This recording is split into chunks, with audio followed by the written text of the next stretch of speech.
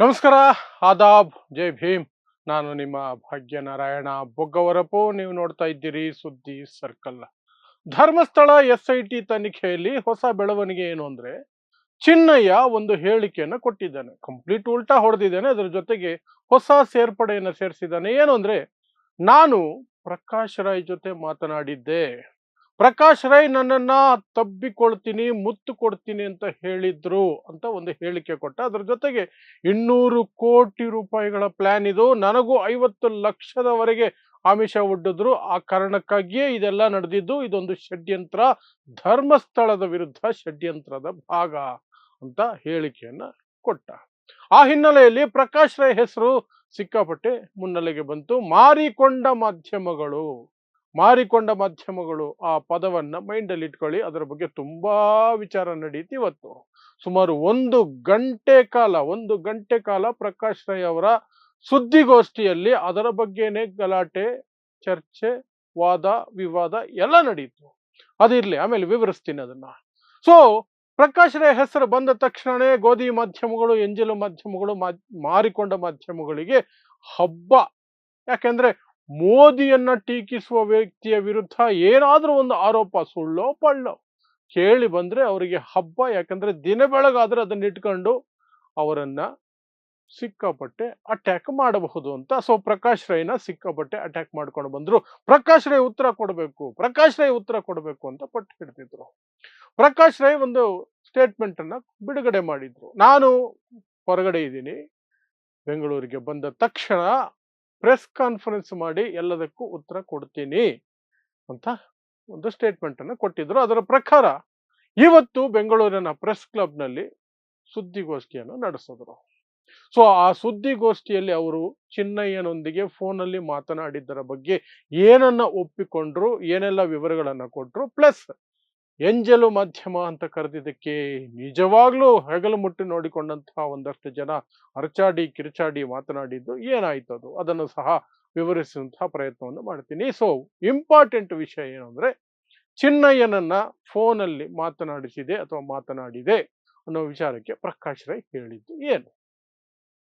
ಪ್ರಕಾಶ್ ರೈ ಸ್ಪಷ್ಟವಾಗಿ ಯಾವುದೇ ಮುಚ್ಚುಮರೆ ಇಲ್ಲದೆ ಒಪ್ಕೊಂಡ್ರು. Yes, I spoke to him. ನಾನು ಮಾತನಾಡಿದ್ದೇನೆ.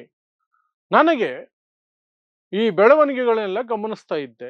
ಯಾವುದು, ಧರ್ಮಸ್ಥಳದಲ್ಲಿ ಯಾರೋ ಒಬ್ಬ ವ್ಯಕ್ತಿ ಬಂದಿದ್ದಾನೆ, ಬುರುಡೆ ತಗೊಂಡು ಬಂದಿದ್ದಾನೆ, ಅಲ್ಲಿ ಸಾಕಷ್ಟು ಹೆಣಗಳನ್ನು ಹೂತು ಹಾಕಿದ್ದಾನೆ ಅಂತ ಮಾಧ್ಯಮಗಳಲ್ಲಿ ಬರ್ತಾ ಇದ್ದದನ್ನು ಗಮನಿಸ್ತಾ ಇದ್ದೆ.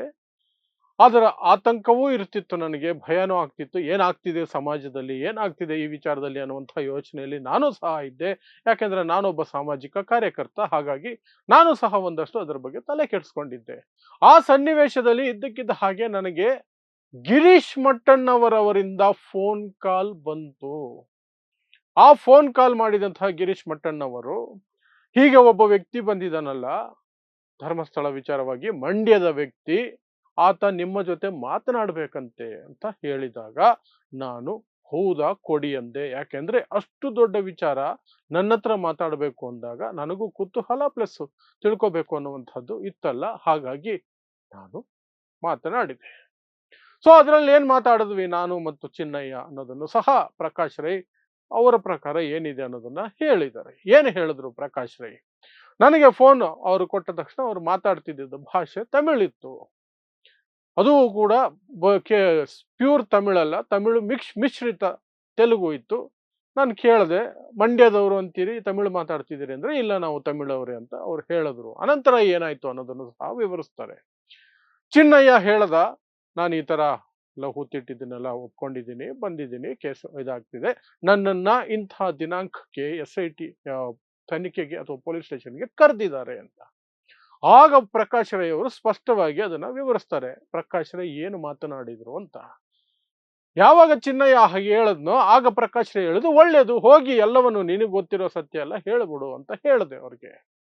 ಸೊ ಅದರ ಪ್ರಕಾರನೇ ನಾನು ಅವನಿಗೆ ಸಲಹೆಯನ್ನು ಕೊಟ್ಟೆ. ಆದರೆ ಆತ ಅದಕ್ಕೆ ಉತ್ತರವಾಗಿ ನನಗೆ ಭಯ ಆಗ್ತಿದೆ ಅಂತ ಹೇಳ್ದ. ಅದಕ್ಕೆ ನಾನು, ಹೆದರುವ ಮಾತೇನಿದೆ, ಸತ್ಯ ಏನಿದೆ ಅದನ್ನು ಹೇಳು, ಸತ್ಯಾಂಶ ಹೊರಗಡೆ ಬಂದ್ರೆ ಊರೇ ನಿನ್ನನ್ನು ಕೊಂಡಾಡುತ್ತೆ, ನಾನೂ ಸಹ ಸಂತೋಷ ಪಡ್ತೀನಿ, ನಿನ್ನನ್ನು ತಪ್ಕೊಳ್ತೀನಿ ಅಂತ ನಾನು ಹೇಳಿದ್ದು. ಅದು ನಿಜ. ಹೀಗೆ ನಾನು ಹೇಳಿದ್ದು. ಅದಾದ ನಂತರ ನನ್ನನ್ನು ಭೇಟಿ ಮಾಡಬೇಕು ಅಂತ ಹೇಳ್ದ. ನಾನು ಭೇಟಿಯೆಲ್ಲ ಆಗೋದು ಬೇಕಾಗಿಲ್ಲ. ನೀನು ಅಲ್ಲಿಗೆ ವಿಚಾರಣೆಗೆ ಹೋಗಿ ಅಲ್ಲಿ ಏನಿದೆಯೋ ಅದನ್ನು ಹೇಳು. ಆ ನಂತರ ನಿಂದೇನಾದ್ರೂ ವಿಚಾರ ಇದ್ರೆ ವಾಯ್ಸ್ ರೆಕಾರ್ಡ್ ಮಾಡಿ ನನಗೆ ಕಳಿಸು ಅಂತ ಹೇಳಿದೆ. ಆತನು ವಾಯ್ಸ್ ರೆಕಾರ್ಡ್ ಮಾಡಿ ನನಗೆ ಸಾಕಷ್ಟು ವಿಚಾರಗಳನ್ನ ಕಳಿಸ್ದ. ನಾನು ಆ ಎಲ್ಲವನ್ನೂ ಸಹ ಅದಾಗಲೇ SIT ರಚನೆಯಾಗಿತ್ತು. ಇನ್ನೂ ಅವರಿನ್ನೂ ಚಿನ್ನಯ್ಯನನ್ನ ವಿಚಾರಣೆಗೆ ಭೇಟಿ ಮಾಡಿರ್ಲಿಲ್ಲ. ಯಾರು SITಯ ಮುಖ್ಯಸ್ಥರು ಮೊಹಾಂತಿ ಅವರು. ಆದರೆ ನನಗೆ ಮೊಹಾಂತಿ ಅವರ ನೇತೃತ್ವದಲ್ಲಿ ಒಂದು SIT ಆಗಿದೆ ಅನ್ನೋದು ಗೊತ್ತಿತ್ತು. ಯಾಕಂದ್ರೆ ನಾನು ಧ್ವನಿಯಾಗಿದ್ದೆ. ನಾನು ಮುಖ್ಯಮಂತ್ರಿಗಳಿಗೆ ಮನವಿಯನ್ನ ಮಾಡಿಕೊಂಡಿದ್ದೆ. ಒಂದು SIT ಆಗಬೇಕು, ತನಿಖೆ ಆಗಬೇಕು ಅಂತ. SIT ಆದಾಗ ನಾನು ಖುಷಿ ಪಟ್ಟಿದ್ದೆ. ಯಾವಾಗ ಈ ವಾಯ್ಸ್ ರೆಕಾರ್ಡಿಂಗ್ ನನ್ನ ಹತ್ರ ಬಂತು, ಚಿನ್ನಯ್ಯ ನನಗೆ ಸಾಕಷ್ಟು ವಿಚಾರಗಳನ್ನು ವಾಯ್ಸ್ ರೆಕಾರ್ಡ್ ಮಾಡಿ ಕಳಿಸಿದ್ನೋ, ಆ ಎಲ್ಲವನ್ನೂ ಸಹ ನಾನು ಮೊಹಾಂತಿ ಅವರಿಗೆ ಫಸ್ಟ್ ಫೋನ್ ಮಾಡಿ ವಿವರಿಸಿ, ಆನಂತರ ಅವರ ಸಮಯ ತಗೊಂಡು ಅವರ ಭೇಟಿ ಮಾಡಿ ಅವರ ಮುಂದೆ ಎಲ್ಲ ವಿವರಗಳನ್ನು ಇಟ್ಟೆ. ಆ ರೆಕಾರ್ಡಿಂಗ್ಸ್ ಎಲ್ಲ ಅವ್ರಿಗೆ ಕೊಟ್ಟಿದ್ದೀನಿ, ಅವತ್ತೇ ಕೊಟ್ಟಿದ್ದೀನಿ. ಆ ನಂತರ ಕೆಲವು ದಿನಗಳ ನಂತರ ಮೊಹಾಂತಿ ಅವರು ನನಗೆ ಕರೆ ಮಾಡಿ, ಇನ್ಮೇಲೆ ಆ ಕಾಲ್ಸ್ ಬಂದ್ರೆ ಅಟೆಂಡ್ ಮಾಡಬೇಡಿ, ಆತ ಈಗ ಉಲ್ಟಾ ಹೊಡಿತಿದ್ದಾನೆ ಅನ್ನುವಂಥದ್ದನ್ನ ಹೇಳಿದ್ರು. ಅಲ್ಲಿಗೆ ಅದು ಮುಗೀತು. ನಾನು ಆ ನಂತರ ಯಾವ ಸಂಪರ್ಕನೂ ಮಾಡಿಲ್ಲ. ಪ್ಲಸ್ ಆತ ಆರೋಪ ಮಾಡಿದ ಒಂದೇ ಕಾರಣಕ್ಕೆ ನಾನು ಆ ಹೋರಾಟಕ್ಕೆ ಇಳಿಲಿಲ್ಲ. ನನಗಿನ್ನೂ ಕ್ಲಾರಿಟಿ ಬೇಕಿತ್ತು. ನಿಜನಾ ಸುಳ್ಳ, ಆತನ ಆರೋಪಗಳಲ್ಲಿ ನಿಜ ಇತ್ತ ಸುಳ್ಳಿತ್ತ ಅನ್ನುವಂಥದ್ದು. ಆದ್ರೆ ನಮಗೆಲ್ಲ ಇದ್ದಂತಹ ಆತಂಕ ಏನಂದ್ರೆ, ಸೌಜನ್ಯ ಹೋರಾಟದಲ್ಲಿ ನಾನು ಆಲ್ರೆಡಿ ಇದ್ದೆ. ಸೌಜನ್ಯ ವಿಚಾರವಾಗಿ ನ್ಯಾಯ ಸಿಗುತ್ತೆ ಆ ಹೆಣ್ಣು ಮಗುವಿಗೆ ಅನ್ನುವಂತಹದ್ದು ಭರವಸೆ ಮೂಡುವ ರೀತಿಯಲ್ಲಿ ಆ ಕೇಸ್ ಇದ್ದಿದ್ರಿಂದ ನಾನು ಆರಂಭದಲ್ಲಿ ಕುತೂಹಲವನ್ನು ತೋರಿಸಿದ್ದು ನಿಜ, ಮಾತನಾಡಿದ್ದು ನಿಜ. ಜಗತ್ತೇ ನಿನ್ನನ್ನು ಮೆಚ್ಚಿಕೊಂಡು ಕೊಂಡಾಡುತ್ತೆ, ನಾನು ನಿನ್ನನ್ನು ತಪ್ಕೊಳ್ತೀನಿ ಅಂತ ಆ ವಿಚಾರಕ್ಕೆ ಆತನಿಗೆ ಹೇಳಿತ್ತು ಅಂತ ಹೇಳಿ ಪ್ರಕಾಶ್ ರೈ ತಮ್ಮ ಮಾತನ್ನು ಮುಗಿಸ್ಕೊಂಡ್ರು. ಆ ನಂತರ ಒಂದಷ್ಟು ಪ್ರಶ್ನೆಗಳು, ಮಾಧ್ಯಮದವರ ಪ್ರಶ್ನೆಗಳಿತ್ತು. ಆ ಪ್ರಶ್ನೆಗಳೆಲ್ಲವೂ ಸಹ ರಿಪೀಟೆಡ್ ಕ್ವಶನ್ಸ್ ಆಗಿತ್ತು. ಹೇಳಿದ್ದನ್ನೇ ಹೇಳ್ಕೊಂಡಿದ್ರು. ಅದರಲ್ಲಿ ಯಾವ ವಿಶೇಷನೂ ಇರಲಿಲ್ಲ. ಚಿನ್ನಯ್ಯ ಮತ್ತು ಪ್ರಕಾಶ್ ರೈ ನಡುವೆ ಆದಂತಹ ಸಂಭಾಷಣೆಯ ವಿಚಾರವಾಗಿ ಚಿನ್ನಯ್ಯ ಏನು ಹೇಳಿಕೆ ಕೋರ್ಟಲ್ಲಿ ಕೊಟ್ಟಿದ್ದಾನೆ ಅದನ್ನಿಟ್ಕೊಂಡು ಪ್ರಕಾಶ್ ರೈನ ಟಾರ್ಗೆಟ್ ಮಾಡಿ ಅಟ್ಯಾಕ್ ಮಾಡೋ ಪ್ರಯತ್ನವನ್ನು ಮಾಡ್ತಿದ್ರು. ಪ್ರಕಾಶ್ ರೈ ಒಂದಷ್ಟು ವಿವರಣೆ ಕೊಡೋ ಪ್ರಯತ್ನ ಮಾಡಿದ್ರು. ನೀವು ಒಂದು ಅರ್ಥ ಮಾಡ್ಕೊಳ್ಬೇಕು, ನಮಗೆ ಬೇರೆಯವರು ಕೊಡುವ ವಿವರಣೆ ಬೇಕಾಗಿಲ್ಲ ಅಂತ ನಾವು ಪೂರ್ವ ನಿರ್ಧಾರಿತರಾಗಿ ಹೋಗಿದ್ರೆ, ಅಥವಾ ನಮಗೊಳಗೊಳಗೇನೆ ನಿರ್ಧರಿಸ್ಕೊಂಡ್ಬಿಟ್ಟಿದ್ರೆ ಅವ್ರು ಏನು ವಿವರಣೆ ಕೊಟ್ಟರು ನಾವು ತಗೊಳ್ಳಲ್ಲ. ಎಂಜಲು ಮಾಧ್ಯಮಗಳು, ಗೋಧಿ ಮಾಧ್ಯಮ, ಮಾರಿಕೊಂಡ ಮಾಧ್ಯಮಗಳು ಆಲ್ರೆಡಿ ಫಿಕ್ಸ್ ಆಗಿದ್ದಾವೆ. ನಾವು ಯಾರನ್ನೋ ಒಬ್ಬರನ್ನ ರಕ್ಷಣೆ ಮಾಡಬೇಕು. ಅವರ ವಿರುದ್ಧ ಮಾತನಾಡುವವರನ್ನ, ಅವರ ವಿರುದ್ಧ ಕೆಲಸ ಮಾಡುವವರನ್ನ ನಾವು ಸಹಿಸಲ್ಲ. ಅವ್ರು ಏನು ಹೇಳಿದ್ರು ಒಪ್ಪಲ್ಲ. ಹಾಗಾಗಿ ಗಂಟೆಗಟ್ಟಲೆ ಅಲ್ಲಿ ವಾದ ವಿವಾದಗಳು ಕಂಟಿನ್ಯೂಸ್ ಆಗಿ ನಡೀತು. ಅದರ ವಿಶೇಷ ಚರ್ಚೆ ಏನೂ ನಡೀಲಿಲ್ಲ. ಎಲ್ಲ ಗೊಂದಲಮಯವಾಗಿ ಇತ್ತು. ಕೇಳಿದ್ದನ್ನೇ ಕೇಳ್ತಿದ್ರು. ಚಿನ್ನಯ್ಯನ ಜೊತೆ ಹಿಂಗ್ ಮಾತಾಡಿದ್ರ, ಹಂಗ್ ಮಾತಾಡಿದ್ರ, ಹೇಳಿದ್ದನ್ನೇ ಪ್ರಕಾಶ್ ರೈ ಪಾಪ ಬಿಡಿಸಿ ಮತ್ತೆ ಹೇಳೋ ಪ್ರಯತ್ನವನ್ನು ಮಾಡ್ತಿದ್ರು. ಇವ್ರು ಅದೇ ಇವ್ರಿಗೆ ಏನು ಬೇಕು ಅದನ್ನೇ ಎಳೆಯುವಂತಹ ಪ್ರಯತ್ನವನ್ನು ಮಾಡ್ತಿದ್ರು. ಅದು ಆಗಲಿಲ್ಲ. ಇನ್ನು ಸುದ್ದಿಗೋಷ್ಠಿ ಆರಂಭಿಸಿದ ತಕ್ಷಣನೇ ಒಂದಷ್ಟು ಜನ ಕುಂಬಳಕಾಯಿ ಕಳ್ಳ ಅಂದ್ರೆ ಹೆಗಲು ಮುಟ್ಟು ನೋಡ್ಕೊಳ್ಳೋ ತರ ಇನ್ವಿಟೇಷನ್ ಬಗ್ಗೆ ತಕರಾರು ತೆಗೆದರು. ಯಾವುದಕ್ಕೆ? ಪತ್ರಿಕಾಗೋಷ್ಠಿಗೆ ಇನ್ವಿಟೇಷನ್. ನೀವು ಮೊನ್ನೆ ಸೋಷಿಯಲ್ ಮೀಡಿಯಾದಲ್ಲಿ ಹಾಕಿದಂತಹ ಇನ್ವಿಟೇಷನ್ ನಲ್ಲಿ ಗೋಧಿ ಮಾಧ್ಯಮ ಮತ್ತು ಮಾರಿಕೊಂಡ ಮಾಧ್ಯಮಗಳಿಗೂ ವಿಶೇಷ ಆಹ್ವಾನ ಅಂತ ಹಾಕಿದಿರಲ್ಲ ಅಂತ ತಕರಾರು ತೆಗೆದರು.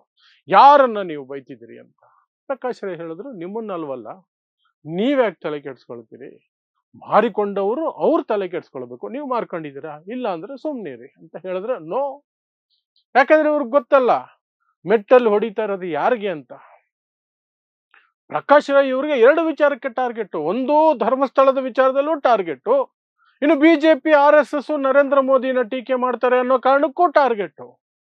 ಹಾಗಾಗಿ ಈ ಎಂಜಲು ಮಾಧ್ಯಮ, ಗೋಧಿ ಮಾಧ್ಯಮ ಮತ್ತು ಮಾರಿಕೊಂಡ ಮಾಧ್ಯಮಗಳಿಗೆ 24/7 ಪ್ರಕಾಶ್ ರೈದು ಏನಾದ್ರೂ ಸಿಗುತ್ತಾ ಅಂತ ಹುಡುಕ್ತಾನೆ ಇರೋದ್ ಕೆಲಸ. ಸಿಕ್ಕರೆ ಸರಿಯಾಗಿ ಹಿಡ್ಕೊಂಡ್ಬಿಡ್ಬೇಕು, ಸಿಕ್ಕಾಕಿಸ್ಬೇಕು ಅನ್ನೋದು ಇವ್ರ ಲೆಕ್ಕಾಚಾರ. ಅದಕ್ಕೆ ಪೂರಕವಾಗಿ ಇದೊಂದು ಬಂದಿದ್ದರಿಂದ ಇದನ್ನ ಹಿಡ್ಕೊಂಡ್ರು. ಪ್ರಕಾಶ್ ರೈ ಹೇಳಿದ್ರು, ಅದು ಸೋಷಿಯಲ್ ಮೀಡಿಯಲ್ಲಿ ಹಾಕದಂತಹ ಇನ್ವಿಟೇಷನ್, ನಿಮಗೆ ಈ ಕಳಿಸಿರೋ ಇನ್ವಿಟೇಷನ್ ನೋಡಿ ಇಲ್ಲೇ ಇದೆ, ಇದರಲ್ಲಿ ಎಲ್ಲಾದ್ರೂ ಇದೆಯಾ ಅದು ಯಾರಿಗೆ ಹೇಳಬೇಕು ಅವ್ರಿಗೆ ಹೇಳ್ಕೊಂಡಿದೀನಿ ಅಂತ. ಮಾಧ್ಯಮದವರು ಚಾಲೆಂಜ್ ಬೇರೆ ಮಾಡ್ತಿದ್ರು. ಹಾಗಾದ್ರೆ ನಿಮ್ಗೆ ಧೈರ್ಯ ಇಲ್ವಾ, ಯಾರಿಗೆ ಹೇಳಿದೀವಿ ಅಂತ ಹೇಳಿ ಅಂತ. ಇದೆಲ್ಲ ಮಾಧ್ಯಮಗಳ ಟ್ರಿಕ್ಕು. ಅದು ಯಾವ ಟ್ರಿಕ್ಕುಗಳಿಗೂ ಪ್ರಕಾಶ್ ರೈ ತಲೆ ಕೆಡ್ಸ್ಕೊಳ್ಳಿಲ್ಲ. ಅವ್ರು ಹೇಳಬೇಕಾದನ್ನ ಹೇಳಿದ್ರು. ನಾನು ಯಾರನ್ನ ಎಂಜಲು ಮಾಧ್ಯಮ ಅಥವಾ ಮಾರಿಕೊಂಡ ಮಾಧ್ಯಮ ಅಂತ ಕರೆದಿದ್ದೀರೋ ಅವ್ರವ್ರಿಗೆ ಗೊತ್ತಾಗುತ್ತೆ. ನೀವ್ ಯಾಕೆ ತಲೆ ಕೆಡ್ಸ್ಕೊಳ್ತೀರಿ? ನೀವಲ್ವಲ್ಲ, ನೀವಲ್ಲ ಅನ್ನೋದಾದ್ರೆ ಸುಮ್ನಿರಿ.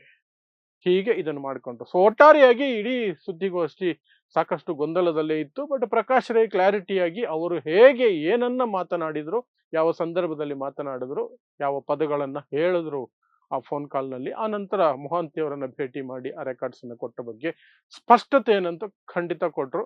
ಅನಂತರ ಗೋಧಿ ಮಾಧ್ಯಮಗಳು, ಎಂಜಲು ಮಾಧ್ಯಮಗಳು ಅವ್ರದೇ ಆದ ರೀತಿಯಂತೆ ಇಲ್ಲಿ ಇಂಟರ್ಪ್ರಿಟ್ ಮಾಡಿಕೊಂಡು ಸ್ಟುಡಿಯೋದಲ್ಲಿ ಕೂತ್ಕೊಂಡು ಕಿರ್ಚಾಡ್ಕೊಂಡು ಇರ್ತಾರೆ. ಅದು ಮಾಮೂಲಿ. ಸೊ ಇದಿಷ್ಟು ಪ್ರಕಾಶ್ ರೈ ಧರ್ಮಸ್ಥಳ ವಿಚಾರವಾಗಿ. ಪ್ರಕಾಶ್ ರೈ ಸಹ ಬುರ್ಡೆ ಗ್ಯಾಂಗ್ನ ಭಾಗ. 200 ಕೋಟಿ ಲೆಕ್ಕಾಚಾರಗಳಲ್ಲಿ ಈತನು ಒಬ್ಬ. ಪ್ಲಸ್ ಚಿನ್ನಯ್ಯನನ್ನು ತಬ್ಬಿಕೊಂಡು ಮುತ್ತು ಕೊಡ್ತೀನಿ ಅಂತ ಹೇಳಿದಾರಂತೆ. ಹಾಗಂತ ಸ್ವತಃ ಚಿನ್ನಯ್ಯ ಕೋರ್ಟಲ್ಲಿ ಹೇಳ್ಕೊಂಡಿದ್ದಾನೆ ಅಂತ ಬಾಯಿ ಬಡ್ಕೊಳ್ತಿದ್ರಲ್ಲ, ಆ ಕುರಿತಾಗಿ ಪ್ರಕಾಶ್ ರೈ ಇವತ್ತು ಸುದ್ದಿಗೋಷ್ಠಿ ನಡೆಸಿ ತಮ್ಮ ಕ್ಲಾರಿಫಿಕೇಶನ್ ಅನ್ನ ಕೊಟ್ಟಂತಹದ್ದು ಮತ್ತು ಅದಕ್ಕೆ ಸಂಬಂಧಪಟ್ಟಂತಹ ಸುದ್ದಿ. ಸೊ ಇಂತಹದ್ದೇ ವಿಶೇಷ ಸುದ್ದಿಗಳಿಗಾಗಿ ನೋಡ್ತಾ ಇರಿ ಸುದ್ದಿ ಸರ್ಕಲ್. ನಾನು ನಿಮ್ಮ ಭಾಗ್ಯನಾರಾಯಣ ಬೊಗವರಪು.